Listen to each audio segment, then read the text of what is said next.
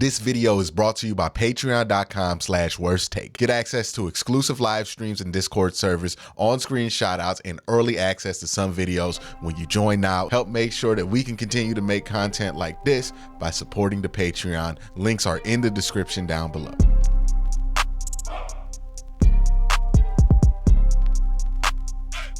So the NFL Combine wrapped up over this weekend, and some of you guys are wondering, well, what does this mean for the Cleveland Browns? Who rose for the Cleveland Browns, and who fell for the Cleveland Browns, and who makes sense, and how is this whole draft picture coming together? All of those are valid questions, concerns, and things to wonder about. So let's kind of get into it. So the first impression I have from everything I've heard and saw from the NFL Combine this year is the Browns, like I've suspected, are going after offensive linemen, I think, in the draft. I think a lot of people who think that this is going to be a skill player heavy draft, that the Browns are going to draft like 2 running backs and 2 wide receivers. I think those people might not be happy with this plan, but I think this is the plan that they're going about. And if you look at how the Browns like to go about things, this makes sense that this is when they would go for the offensive line. One, this class is one of the rare good classes for offensive linemen. We've talked about for like the last 4 years that all of these offensive line classes have been garbage, right? Just slim pickings. Like you might get a DeJuan Jones because everybody else decides they don't want him. But for the most part, it's slim pickings. It's really hard to get anybody of value late in the draft. You just don't want to be drafting guys, offensive linemen in most drafts because it just hasn't been good. Like college has not been developing as many solid offensive line prospects as they did 10 years ago for whatever reason. This year's different. This year it feels like the stars have aligned and the Browns have a chance here in the second, third, and maybe even the 4th round to really land on some solid offensive line prospects, right? There's the high upside guys like Kingsley Suamataia. There are the diamonds in the rough like Roger Rosengarten. There are guards. There are centers. There's a ton of offensive linemen in this draft class I think are not just worth a draft pick, but worth a spot to develop on your roster. And I think the Browns are going to have their eyes on a ton of these guys coming out of the Combine. The reports were that the Cleveland Browns spent a lot of time meeting with offensive linemen. If that is the case, then that is a bit of an indication of where the Browns are looking. I know people want them to get the flashy wide receivers and all of the stuff and the running backs and the skill positions, but I think the Browns might address the offense with the offensive line, which brings me to one thing, because it's funny. I was reading, I forget who wrote the article or who brought up the topic, but I saw this, that people said that Andrew Berry has an issue with the offensive side of the football. And I don't know, the whole conversation felt like they were like not mentioning the offensive line, where if you look at that offensive line, Andrew Berry's done a tremendous job, right? Before Andrew Berry got here, hired the right people in place, we weren't really talking about Wyatt Teller as a top guard. We really didn't even know if he would make the team or not. It wasn't until the Stefanski Berry era where that really started to come into fruition. Bringing in Jack Conklin is something that definitely worked for this team for a couple of years. Even something like Ethan Pocic at center, getting off of J.C. Tretter, going to Ethan Pocic, worked out tremendously for the Browns because now they have the same level of center play, but at a much younger and much cheaper price. And then even Jed Wills, Jed Wills hasn't been the best tackle in that draft class. He's also not the worst tackle drafted around that spot either. You could have done much worse than Jed Wills. You also could have done a little better than Jed Wills, but still a solid pickup. I mean, this was a Browns team that the first 2 years coming back off of the Stefanski, Andrew Berry year had two of the best offensive line seasons we've ever seen from a franchise that had Joe Thomas for 10 years. So it's just interesting when people criticize Berry's ability on the offensive side of the ball, how the offensive line kind of gets forgotten that that's also on the offensive side of the ball. Let's not even mention the extensions that he's done, right? The David Njoku extension, they get full credit for that because that wasn't a super popular extension at the time, but it paid off dividends. The Amari Cooper trade. Yeah, I mean, I think Andrew Berry's done a very sufficient job on the offensive side of the ball. It was interesting to me to see people try to make the argument that he wasn't. But in order to do that, you pretty much got to forget about the most important part of the offense outside the quarterback position, which is the line of scrimmage. And if he's done a great job with that, I mean, like, yeah, sure, Anthony Schwartz didn't work out. Jerome Ford doesn't look like he's going to be a feature back anytime soon, right? Like, some of those things haven't worked out. But for the most part, I think Andrew's done a good job, as well as Kevin, developing the offensive side of the ball. So I thought that was some interesting criticism that was out there. I just want to throw my 2 cents on. But back to the point about the Browns going after offensive linemen, it makes sense when you think about it too, because the Browns like to renovate the team every offseason, right? Like, they pick something on the team and they renovate it. The first year Andrew Berry and Kevin Stefanski got here, they renovated the offensive line. Like, that was a mess. We were starting like Greg Robinson and all this stuff, and we had to renovate the offensive line, bring in Jack Conklin, start Wyatt Teller, and then draft Jed Wills, and then put in, the two pieces that were one piece that was already here, Joe Batonio, and throw in J.C. Tretter. It ended up being the best offensive line in the NFL in 2020 when they renovated it, right? And it was that for a little while up until this last year, where it started to be middle to sometimes below average. And I think this is a year for a refresh on that renovation, right? The year after, if you look at 2021, they focused a lot on the secondary, right? They drafted Greg Newsome. They brought in a bunch of safeties. Some of those worked out, some of them didn't, but they really did focus on that secondary after the 2020 season. In 2021 happens, obviously they focus on the quarterback position, trading for Deshaun Watson, bringing in Amari Cooper, extending David Njoku. So you not only get a quarterback, you bring him a weapon. Well, you already traded for the weapon before you traded for the quarterback, but you have a weapon. And then you also extend somebody you believe could be a valuable weapon to that quarterback as well, and you focus on that. 2022, last year, they renovated the defense. Obviously, we saw the results from renovating the defense, and I think now they're all the way back around to working back on that offensive line the same way that they did in 2020. So I think this offseason is going to be a lot more of a focus on those lines of scrimmages. I think they're going to really be focused there. I think defensively, they'll be focused on the interior defensive line, and I think they'll address that in free agency.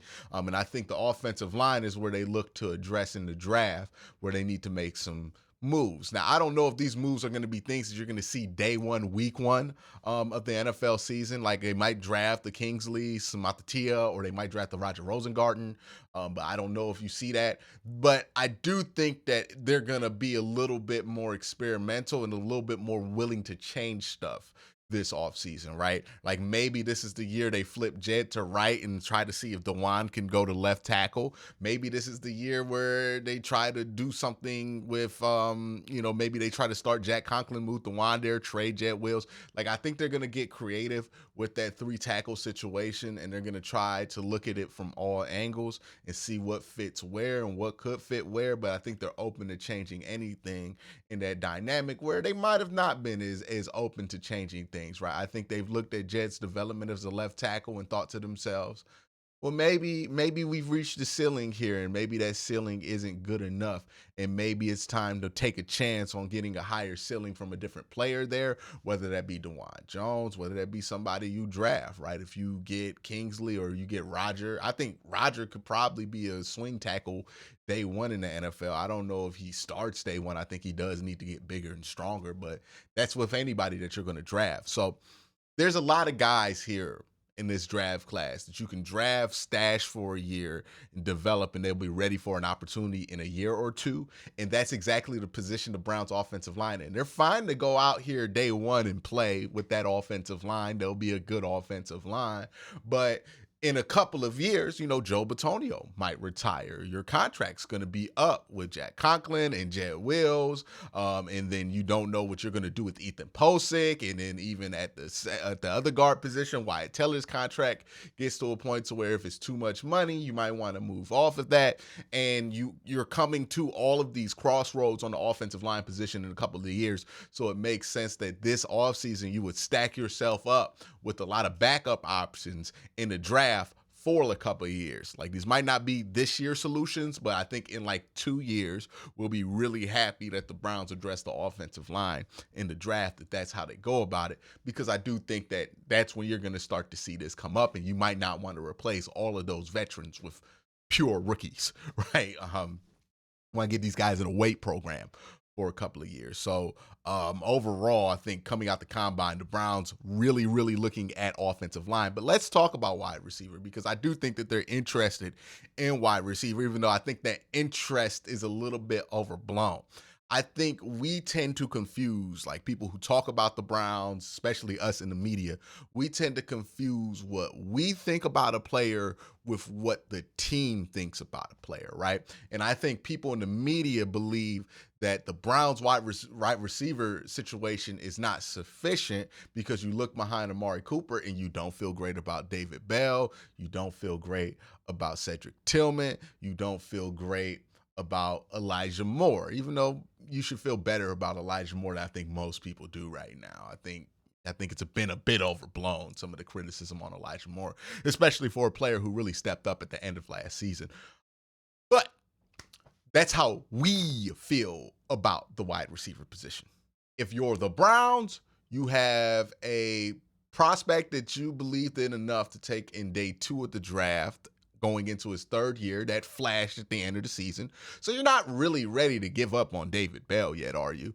And then if you're the Browns, you got Cedric Tillman, who's somebody you thought very highly of coming out of the draft. You thought that you got a steal there with him, so it wouldn't make sense that you would be ready to give up on him in just a year. And then you have somebody in Elijah Moore who you gave up a 2nd-round pick for. You also got picks back, right? You also got the Cedric Tillman pick in that, but you traded back out the 2nd round to acquire Elijah Moore. So it would tell me that you're not even close to getting to feeling like that guy isn't enough either. So you're probably still committed to all 3 of those guys. So really, if you're still committed to David Bell, which I believe the Browns are, if you're still committed to Cedric Tillman, which I believe the Browns are, if you're still committed to Elijah Moore, which I 100% believe the Browns are still, and then you have Amari Cooper, you have David Njoku, there's not really a ton of space to fit somebody else in. Like, there's really space for like a veteran, right, that you could throw in there. They're going to have a role. Like, Mike Williams makes sense, but not necessarily a rookie, right? A rookie can step into a spot that's very familiar to what they did in college. And anybody that you draft in the first 2 days in the NFL draft, they probably were like a number 1 or number 2 receiver in college, right? They were probably an X or a Z.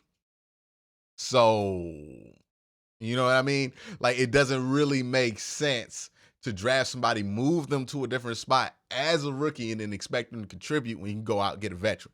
But there have been a couple names that pop up, right? Xavier Worthy is one that I've seen a lot from a lot of Browns outlets. I don't love that one. Now, this might be Anthony Schwartz PTSD talking, but I don't think he is a very similar prospect to Anthony Schwartz outside of the fact that he runs really fast and also has issues dropping the ball, right? Xavier Worthy ran a 4.21. I believe Anthony Schwartz at a pro day ran 4.25. But it was electronically timed, so I think it was a legit 4.25. But nonetheless, Xavier Worthy runs a 4.21. Sets the world on fire. And this fits the profile of some of the wide receivers the Browns have gone after. Small, fast, all of that. But I don't think this is who the Browns should go after. And I want to stress this again. This is a very different situation than Anthony Schwartz. Anthony Schwartz, in his entire career, if you add up college and if you add up NFL, did not get over 500 receiving yards career. Like, all of his college years plus his NFL years, not even over 500 yards. there was no production for Anthony Schwartz. And the suggestion is that he's not a good football player. Like, he was just fast. He was a good athlete that people tried to make play football. He just never could get there. And I think that assumption was correct. And I don't think he's a football player, right? Xavier Worthy had 1,000 yards last year. Like, he was a productive wide receiver on a good football team. So that would suggest that he is much better at football than Anthony Schwartz, which I would agree with. Like, I don't think this is the exact same thing.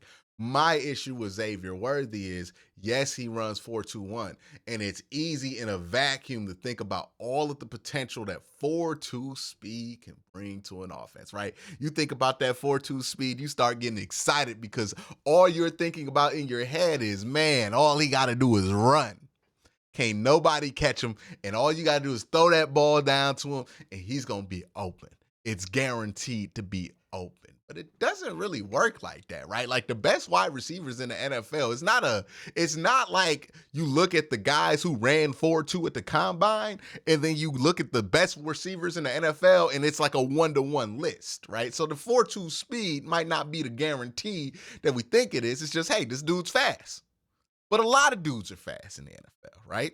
He's faster than Tyreek Hill. Probably not going to be a better player than Tyreek Hill, because you got to remember, Tyreek Hill was that fast, but the brother played running back, okay, in college. Like, a different deal, completely different deal than like a regular fast guy, right? Like, that was a football player first who also was fast. And that's what I mean, right? When you look at the Xavier Worthy's football player numbers, right? Like, he gives you the good production. I think that's there, and I think that's a good sign. But some of my concerns about him is the high drop rate, 6.3%. And really my biggest concern is his contested catch percentage, which is atrocious. 23.8. If a player is going to be a deep threat, the speed is cool, but it's not enough. It's not even close to enough, right? We see guys get open down the field who run 4.6, 4.7 in the NFL all the time. It's not because all the corners are slow. It's because getting open is its own skill itself, right? So it's not really completely dependent on speed, and speed might be a very overrated part of the equation to that, because again, when you look at the best wide receivers in the NFL, it's not just a litter of just the fastest guys you can find. It's usually some quick guys, some guys with good hands, some guys with just really good feel of the route tree, right? Xavier Worthy's not that kind of dude. He doesn't have that kind of feel at the route tree. One of the things that's also interesting, because you look at a guy who's 4.2 fast, the fastest guy ever in the NFL Combine, and you expect for him to have a giant yards per route run number, right? Like you expect these routes to be all the way downfield all the time. The man runs 4.22. 4.21, my bad. 4.21. But he has a pretty pedestrian yards per run number at 2.4. Actually, if you look at somebody else with the name Xavier, who I think is a much better prospect for the Browns, Xavier Leggett. Now, Xavier Leggett was measured at 6'3" somewhere at South Carolina. He's actually like 6'1", but he's 227, big guy, and he's a much better wide receiver. He ran a 4.3 at the NFL draft, a high 4.3, but a 4.3. It's fast. His routes per run in college was 3.15, which is on the high end of the spectrum. And then his contested catch percentage was much better at like a 47.6. Not the best in the NFL, not like a Marvin Mims number or something like that, but still a good number. Now, he does have a high drop rate. You hope to be able to fix that. But I see more of a football player in Xavier Leggett than I do in somebody like Xavier Worthy, where I'm like, best case scenario, this ends up being Marquise Goodwin, where he's a role player, right? I don't think you get a number 2 receiver out of this. I think you get a gadget guy at best out of this, and I'm not 100% sure he's the best gadget guy, because he has the same flaw that Marquise Goodwin has, which is when he gets contacted downfield, it becomes very difficult for him to catch the football, and he's not usually able to come down with it. And that's really the big issue with Xavier Leggett. If you can run a mile in 2 seconds, But if I throw the ball to you and somebody taps you and you can't catch it, then it doesn't matter how fast you are, right? And that's the thing with Xavier Worthy is that he's super fast, but I don't know. Some other guys that I felt like were risers, I thought Roger Rosengarten had an excellent combine, ran the fastest 40, ran a sub 540, which is great for him. Athleticism was one of the concerns about him, but after this combine, I don't think it's going to be that much of a concern for him. I like this prospect a lot more than most people do. I know he has a 4th-round grade. If you can get Roger Rosengarten in the 4th round, I think he hit a home run. I think he's going to be a starting tackle in this league in 2-3 years, in my opinion. I thought he looked excellent at the Senior Bowl. His tape's a little bit more up and down than obviously the Senior Bowl footage, but I think he's somebody who, if you put him in a different situation, and he might be somebody who's just a better athlete at the left tackle position, and might just be better once he's flipped to left tackle. So it might be one of those spots where he just is a left tackle and he needs to play left tackle. But I like him a lot. I think he has a ton of potential at both tackle positions, and at the very least as a swing tackle. And then Brevin Ford isn't somebody who had like a great, like, knock them all down combine. I thought there were other tight ends who did have a combine. I thought Brevin Ford had a better Senior Bowl than he had to combine. But I do think the Browns are going to be looking for another tight end in this year's draft. And I think he's one of those guys in that rotation there. But that's my thoughts on the combine risers and fallers. Let me know what you think in the comment section down below. Y'all have a great day. Have an even better night. Peace.